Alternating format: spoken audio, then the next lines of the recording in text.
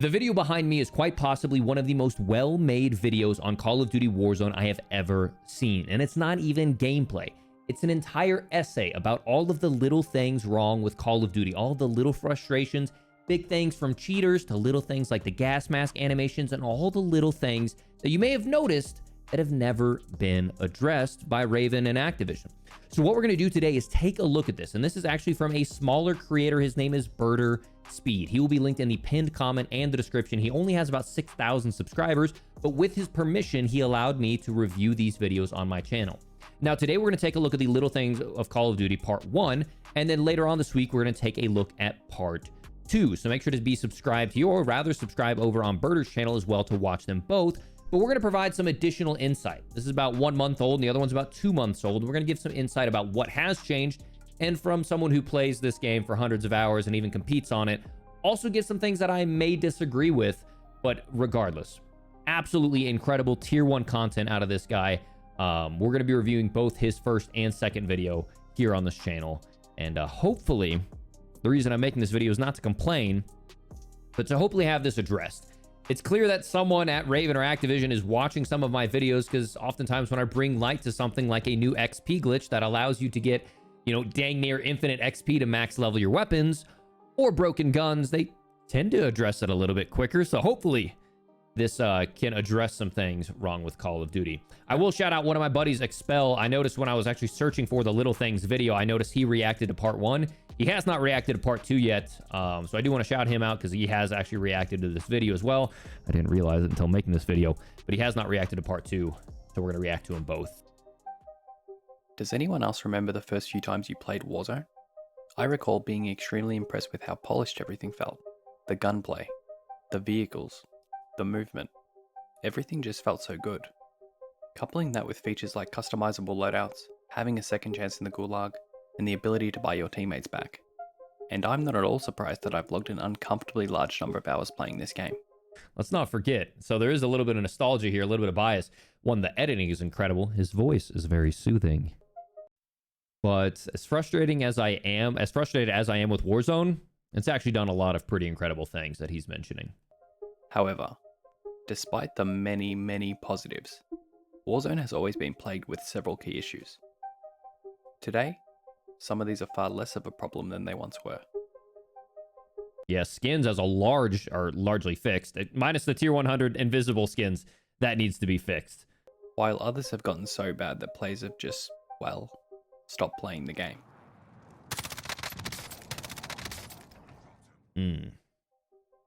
But these are not what this video is about. I will say, I want to say one quick Prior to the release note. of Call of Duty. I want to say one quick note about cheaters in the situation. So the anti-cheat has dropped, and people think anytime they run into a cheater that Ricochet has failed. Keep in mind, Ricochet is an anti-cheat, and it's constantly being developed and updated by their Ricochet anti-cheat team in the exact same way that Counter-Strike, Valorant, Apex are constantly in a back-and-forth battle. Actually, as of tonight, as I'm making this video, Call of Duty recently announced, or someone announced, Charlie Intel announced that Activision is suing Engine Owning alongside other cheat developers for the damages that they have caused to their business. Ricochet will always be a back and forth. It'll never be a permanent solution. However, if you look at things on the whole, there are significantly less cheaters in Caldera than there are in Verdansk, and they are consistently banned quicker.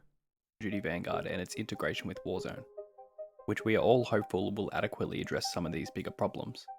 I'm going to look back at some of the smaller quality of life types of things that have always annoyed me about Warzone. Some of these will be obvious to anyone that's played Warzone.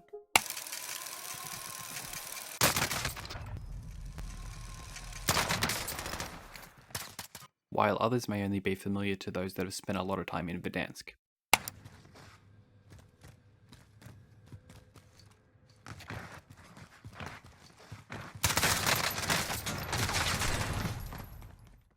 And they will range from things that, if nothing else, just waste your time, to things where I think minor tweaks would make substantial improvements to the gameplay experience. Yes. And finally, to things that make you wonder, what on earth were the developers thinking?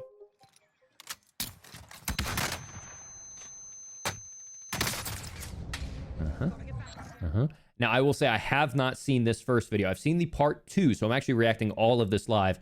And I just got to say, it is This so is the incredibly little well things done. He catches about Call dang of near Duty Warzone. everything. So once again, shout out to him. He will be in the pinned comment and the description if you want to drop a sub to him. I think I'll actually link, I'll figure out another way to link him as well. There is no doubting that I'll remind you Warzone's at the end of the movement is video. one of its best features. Jump shotting, drop shotting, slide cancelling, bunny hopping. So much about this game's movement is so smooth. Unfortunately, at the same time, there are mechanics that place frustrating restrictions on your freedom of movement or force unintended actions. And the game's auto-mantling is a good place to start. Yes. Whenever I mantle anything in Warzone, I don't want to automatically bolt over it. I just want to stand on top of it. If I wanted to go over something, I could simply continue to move up to standing on it. So a mechanic which automatically vaults you over objects is borderline Hate redundant that. anyway. Despite this, since day one of Warzone, Yeah, there have been that thing on the left gets me every single countless spots on the time. map where your character will stupidly auto-mantle. So there are some walls that you can avoid that if you walk up horizontally, like if you walk up and just strafe left to right, that'll prevent the over auto mantle. But yeah. For the most part, it just wastes a bit of your time. Yep. But in the worst case, it'll send you to your death.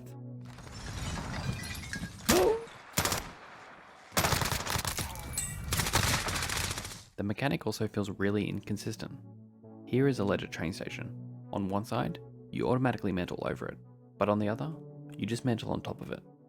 And because of inconsistencies like these, even after all the time I've spent on this map, there are still many instances where I have no idea if I'm going to auto-mantle over an object or just mantle on top of it, even though there is almost no situation where I actually want to auto-mantle. I just think they should get rid of the forcing you over the top. I almost never want to go, like you said, all the way over. Is that the game will happily mantle you off a rooftop, but sometimes you can't mantle over small fences. And I would prefer not to get started on traversing rocks.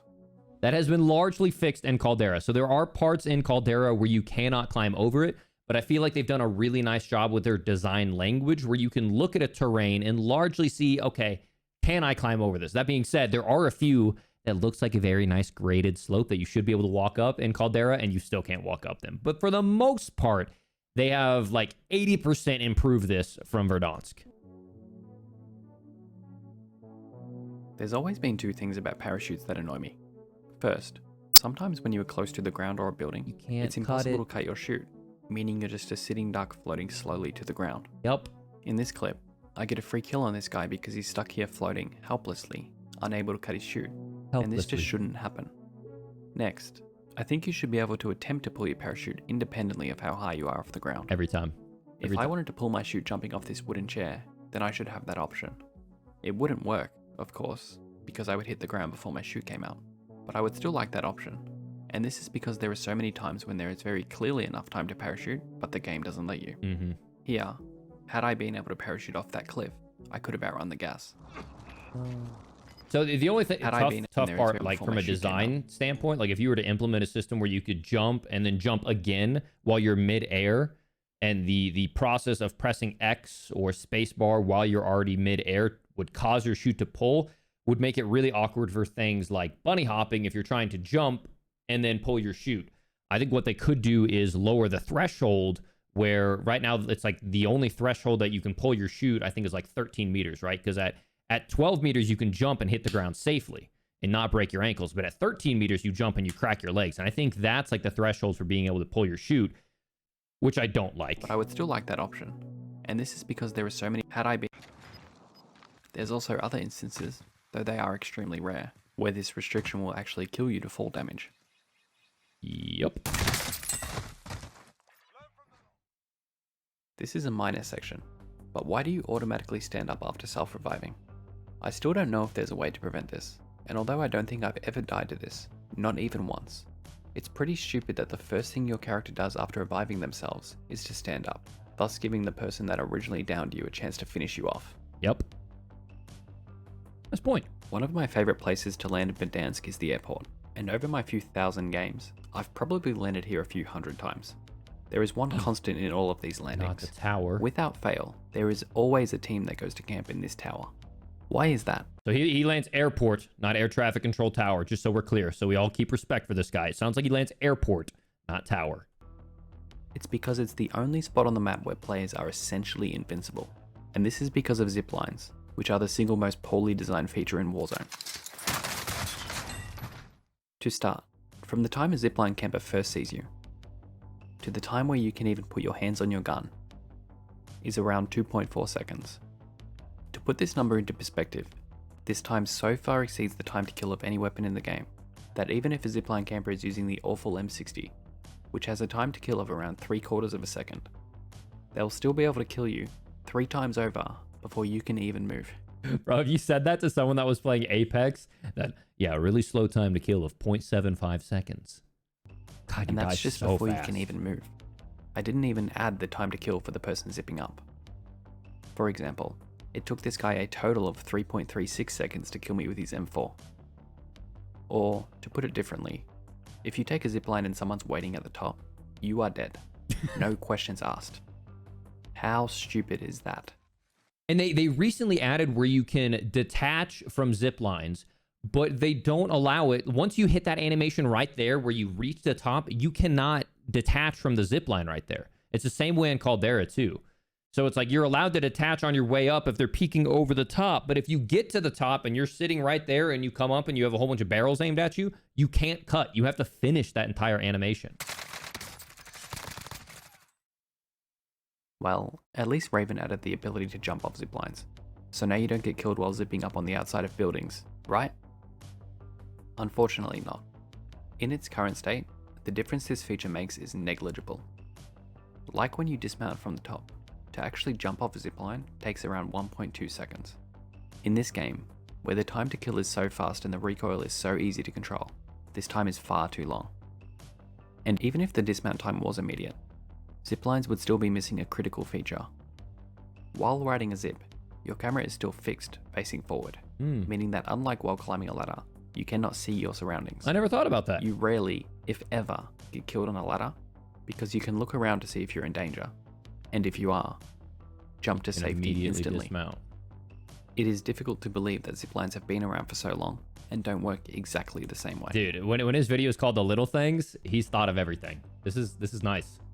And in his second video, he takes a lot of critiques from his first video, a lot of comments that he didn't address in his first video, and includes them in the second video.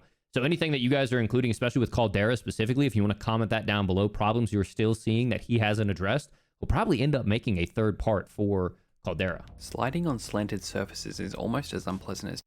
This is, speaking of Caldera, this is terrible. There's so much elevation and hills inside of Caldera, and there's so many opportunities where you're running down a hill, you jump, and you're flying through the air, and you want to hit this crazy slide as you're coming off a peak, and you just...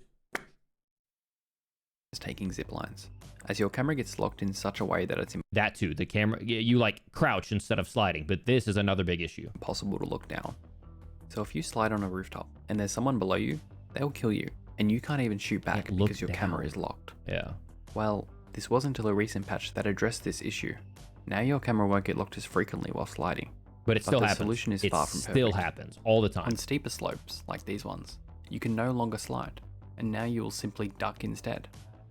The thing is, ducking is generally preferable to getting your camera locked, sure, but I don't really want to lose the ability to slide. The slide lock still happens. Something got reverted, and it happens all the time. Here, if this guy could shoot a little straighter, I would have died because I couldn't slide to safety. But more importantly, your camera still gets locked pretty frequently. Sometimes it still gets locked when you are sliding on mountains. It'll get locked almost always when sliding on the edges Notice of how most rooftops. and so what he's talking about is whenever you're sliding and you're looking down, your camera will get locked up. It like forces your aim up. So if you've ever tried to like slide cancel and challenge the stairs and then look down those stairs, so you're like coming in from the side, you slide cancel, and then you turn and you're wanting to snap and look downstairs, you can't. It'll force your aim up for like 3 seconds after you're done sliding. It does it in multiplayer too. And it will still sometimes get locked when sliding on slanted rooftops, especially when you're sliding Notice how on his aim rooftops keeps apex. nosing up. There's also countless other seemingly random examples where sliding still locks your camera. Is it too much to ask that I never have to worry about a bug that's equivalent to my controller not working after I slide?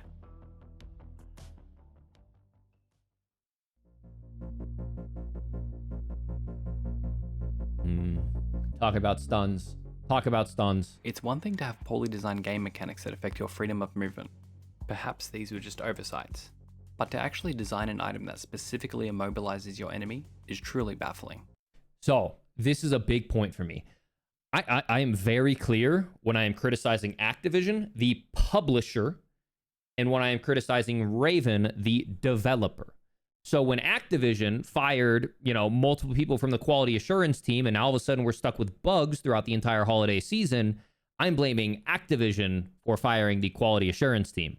When Raven deliberately, for over 2 years now, chooses, or almost 2 years now, chooses to allow stun grenades to be as powerful as they are, even the nerf was abysmal, like it didn't do anything, or dead silence to remain in the game, or stopping power to remain in the game. That is beef with the developer. So make sure when you're giving your criticism in the comments to your friends, etc., use the correct terms for Activision Raven. This, I agree with him, is unforgivable. To even do a 180 after you get stunned takes over 5 seconds. And that, by itself, is enough to show how overpowered stun grenades are. But if you are still not quite convinced, just note that stun grenades enabled these guys to exist. Nobody likes these guys, nobody wants to see these guys. And while we're here, what the hell are these sticks all about? Why do these sticks kill faster than any gun? In fact, after 18 months, why is the melee in this game still so broken? Just still is, even in Caldera. This guy swinging at nothing and ripping my plates off. Yup. The developers should have deleted stuns from the game a long, long time ago.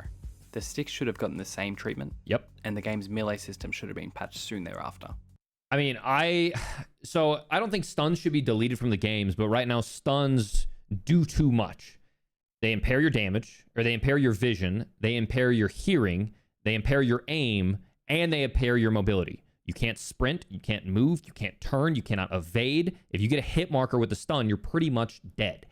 I think you can balance stuns by, one, overall, no matter what, decreasing the duration, period. Like to 2 seconds, maybe. And you need to take away, okay, you can't turn anymore, but you can move. So you can back up and strafe. Or you can't, you can't run anymore, but you can still aim. So you're stuck in the same spot, but at least you're in a gunfight. It shouldn't be a free kill for something that you get two of that you can restock after killing someone, or munitions box, or restock.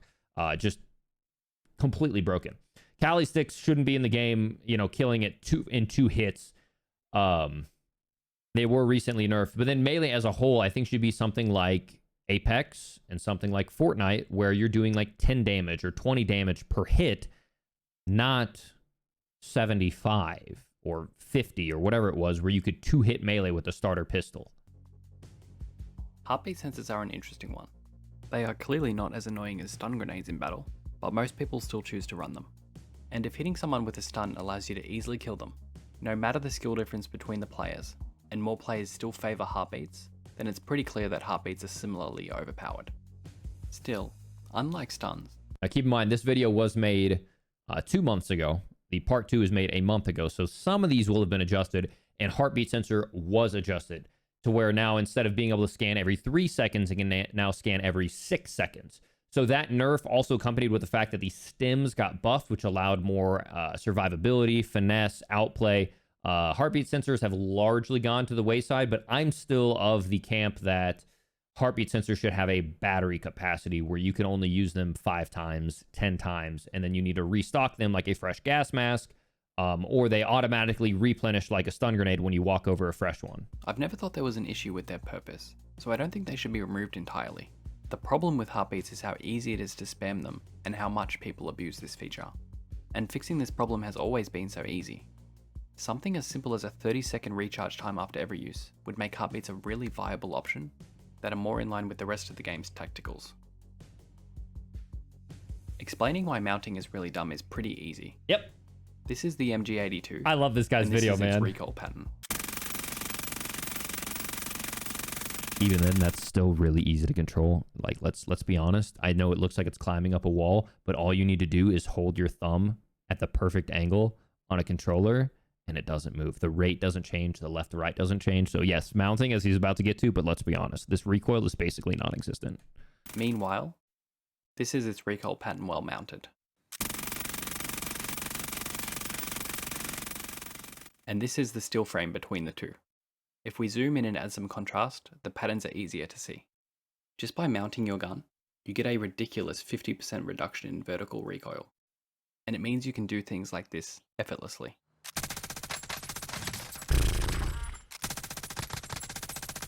I forgot about that. I have no clue why anyone thought this was a good idea. Yeah. Unfortunately, a variation of mounting has already been confirmed for the next Call of Duty. Even better, we have mount strafing, where you can now mount, get minimal recoil, and become harder to hit on top of it.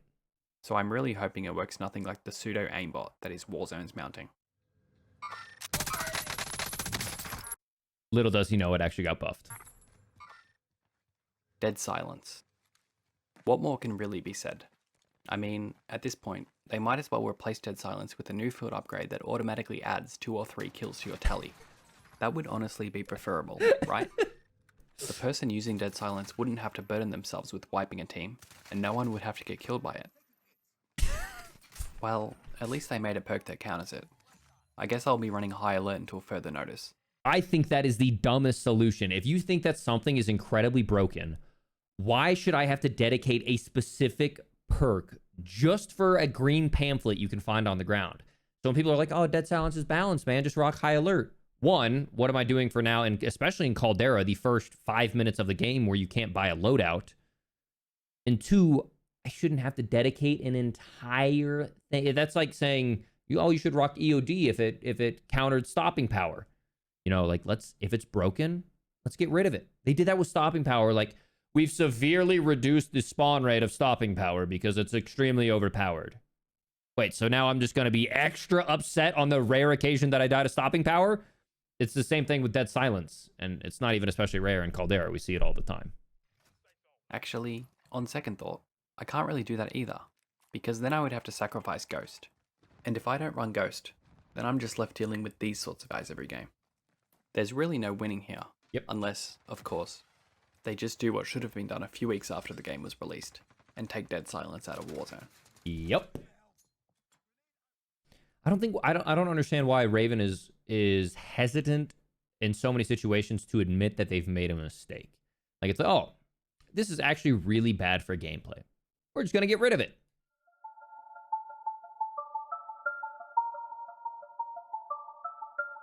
With obscenely loud kill streaks, Sorry. motorbikes that sound like this, Sorry. I'm gonna turn it down. and whatever is going on here, it's probably not too surprising when I say that communicating with your teammates, especially if they are random players, can be pretty challenging. So when I saw this image posted a few months back, I wasn't at all surprised that it was one of the most liked posts on the Warzone subreddit. It is so simple but would so effectively streamline a lot of Warzone's unnecessary communication.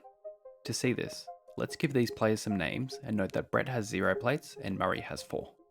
Without these improvements to the HUD, the conversation around armor plates would look something like this. Brett begins by asking whether his teammates have plates, to which Murray responds. The players then exchange some plates, with Brett always asking for 1 fewer than he could really use, and Murray always providing 1 more than he was asked for. On the other hand, if we just add each player's plates to the HUD, the conversation gets cut in half. And better teammates will simplify things even further. This is a really small thing, but it just makes things so much easier. There's also no need to tell your teammates you found a UAV. They already know. And there's no need to ask whether your teammate wants the gas mask you found on the floor. You already know they have one. But I think we can still improve on this. This is so easy. Let's split the HUD into sections and look at them individually. We can ignore this middle section since there's no useful data, so we're left with the following. And let's start here. In Warzone, you can be full dead, in the gulag, or alive.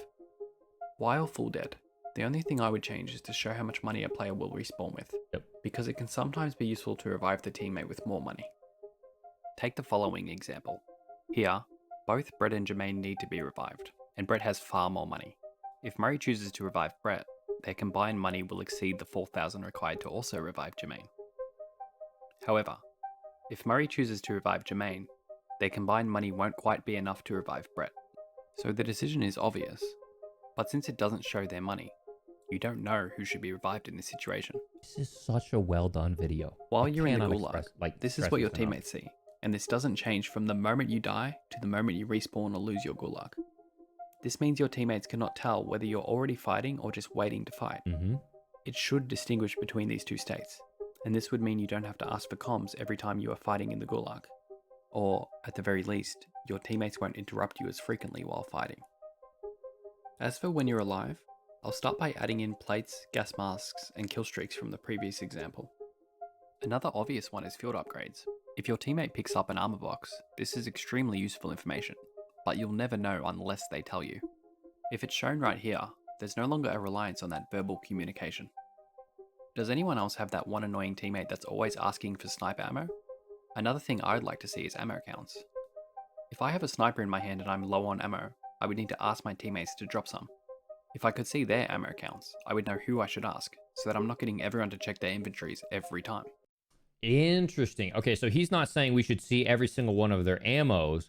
He's saying that while I'm holding a sniper, I should be able to see the sniper ammo count of my teammates. And if I were to switch to an SMG, I would see the SMG ammo counts of my teammates. That's a clean solution.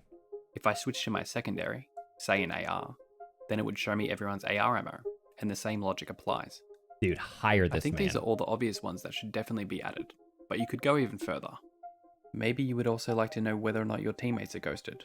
Maybe, like myself, you enjoy watching a lot of competitive Warzone, so you would like to see each player's kills displayed next to their names. Oh, brother. Heck, for all the less mathematically inclined players out there, maybe a sum of everyone's money would be cool. You could do the same for your team's kills.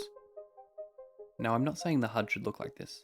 Personally, I don't care. I'm fine with it. I like it. As much useful information as possible while playing, but others would no doubt think it's too cluttered. I think the best solution is to make it customizable in the settings. The baseline for everyone should look like this, and then players should have the option to choose what additions they want. Now for the rest of the HUD. People that play on consoles don't get much, so at least let us see our FPS latency and packet loss. As someone who doesn't have the world's greatest internet, it would be really useful to know exactly when I'm having random lag spikes so I can try to avoid battles. Yeah, I don't know about seeing FPS on console, because then I feel like people would constantly be spamming whenever their PS4 only gets 45 frames or 30 frames. But I think latency and packet loss is really important regardless of platform.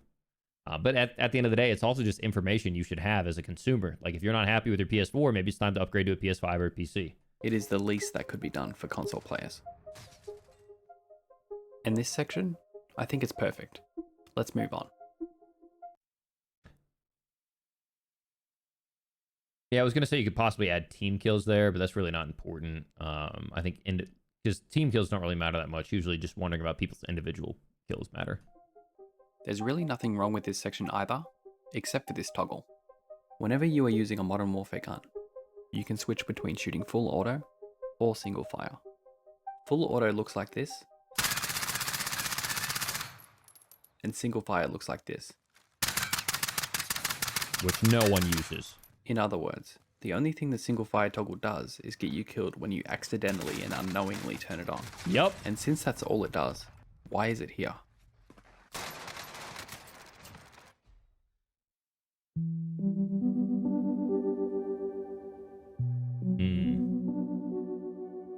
You're limited. Aside from some very infrequent ban waves and releasing statements that simply ask cheaters to, stop cheating. Please stop. The only mechanism for combating cheaters over the past 18 months has been the blocking system. And to be fair, when it works, it's pretty effective.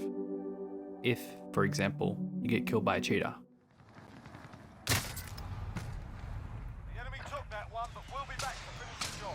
You're not seeing stuff like this in Verdansk. You can then block them. And then if this player joins one of your future games, you'll be notified, meaning you can find a new game without that player. This Ricochet way, is actually doing a really nice by the job. Same cheater more than once.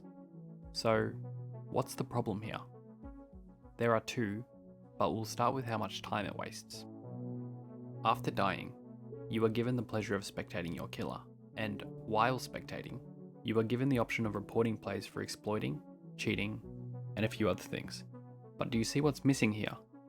Bizarrely, you cannot block players right here, on the spot. It seems counterintuitive that you would want to report someone for cheating but not block them, but this feature doesn't exist while spectating. Instead, you have to go through the incredibly tedious task of heading back to the main menu, going to your recent plays tab, and then scrolling through 150 gamer tags to find the cheater's name. Yep, and that's if you can find it, if it even loads up, because sometimes it doesn't load up. It took more than a minute of my time to block this single cheater. And this was a good example. When scrolling through a few hundred names, it's pretty easy to either miss a name or forget a name entirely. Of all the problems discussed in this video, the solution for this one is perhaps the easiest. If they just added the option to block a player while spectating, everyone would save so much time. Although, it's worth noting that this doesn't completely fix the issue. Oftentimes, after being killed by a cheater, you'll head to the gulag or begin spectating one of your teammates, and so, beyond the kill cam, you never get to spectate them. Luckily, Raven has already fixed this problem.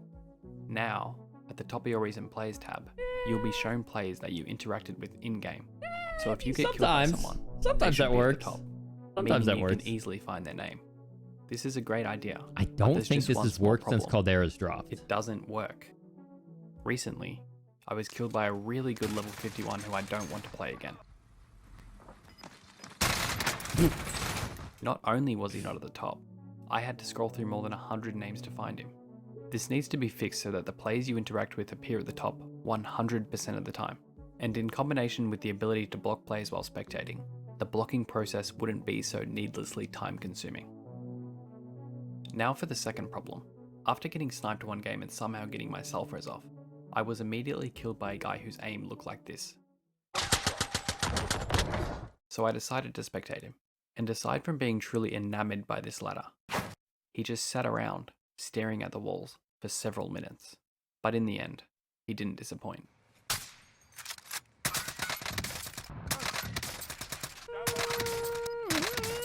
Okay. He was just a really, really bad player with a really, really nice aimbot. Oh. Anyway, after spending a few minutes finding this guy's name, at least I blocked him, meaning I'll never have to see this guy again, right? A few weeks later this happened.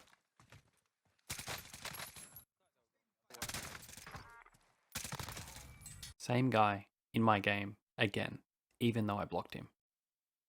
Apparently nobody told this guy that his monthly subscription didn't include shotguns with infinite range, so I was able to kill him, but this was buybacks, so my victory didn't last too long.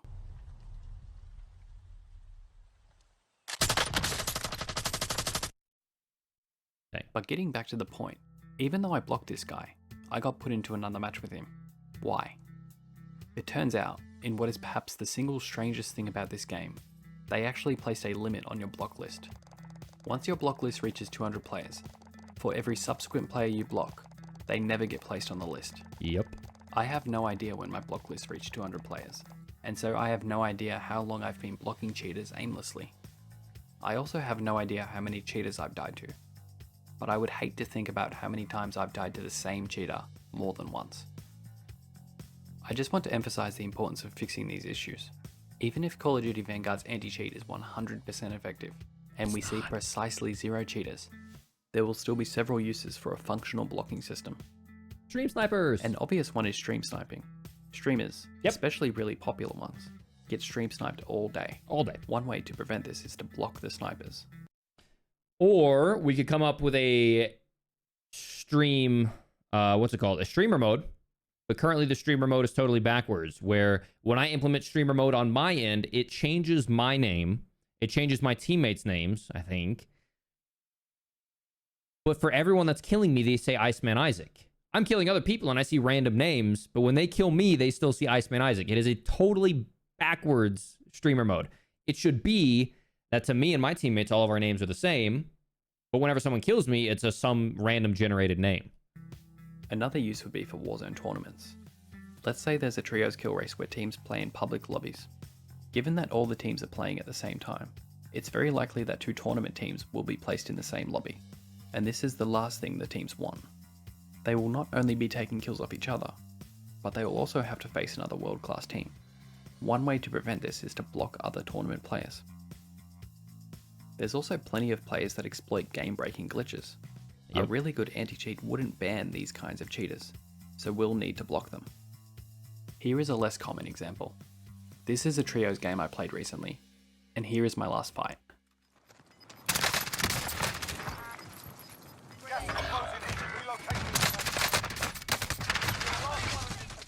This is trios, and that's a team of 5. No. Suffice it to say, they end up winning the game. But here's the most pathetic thing. Just for these guys to get a trios win. A team of 6, it turns out, wasn't enough. One of them was hacking too. Not only do I want to block him though, I want to block all of these cheaters. Yep. I run into that a lot in solos, teamers and solos. I think these examples show how having a blocking system without limitations is important, regardless of the effectiveness of the forthcoming anti-cheat. Though, it's pretty remarkable that this even needs to be said. In one of the world's most popular free-to-play games, how did somebody think it would be a good idea to place a limit on the single countermeasure against cheating? And how, despite the countless times we've all been killed by guys using donut rectiles, have they never, at a bare minimum, increased this limit? It's better now. I'll be honest. I mean, everyone could be cynical, but Caldera and Ricochet has actually done pretty well. Who else remembers how bad the DMR meta was? If a player just hit one headshot, the gun could kill you in less than a quarter of a second. You would die so quickly to this weapon, and I hated it so much that I just never bothered to turn my game on.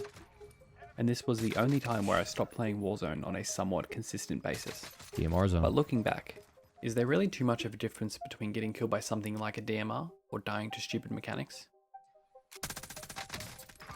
Ridiculous metas, skins that blend in with their surroundings, cheaters.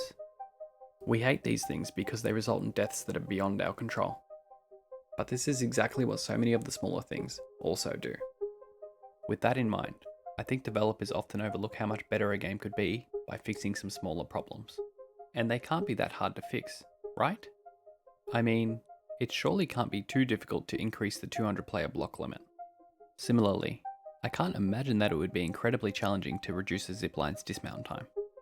Then again, I'm in no way familiar with game design or development, and it took well over a year before the developers even tried to solve the sliding camera problem, and their solution wasn't even close to fixing it. So perhaps I'm asking for far too much here. Nevertheless, the number of hours I put into the Vanguard version of Warzone will depend just as much on how many times I get annoyed by stupid mechanics. But there are things that they can solve, like mounting. They can just remove that feature entirely. Stuns, they can, it's just literally ones and zeros, how long that stun lasts. They can change those in minutes in the same way they can change damage values. Mechanics or missing features, as it is based on how many times I get killed like this.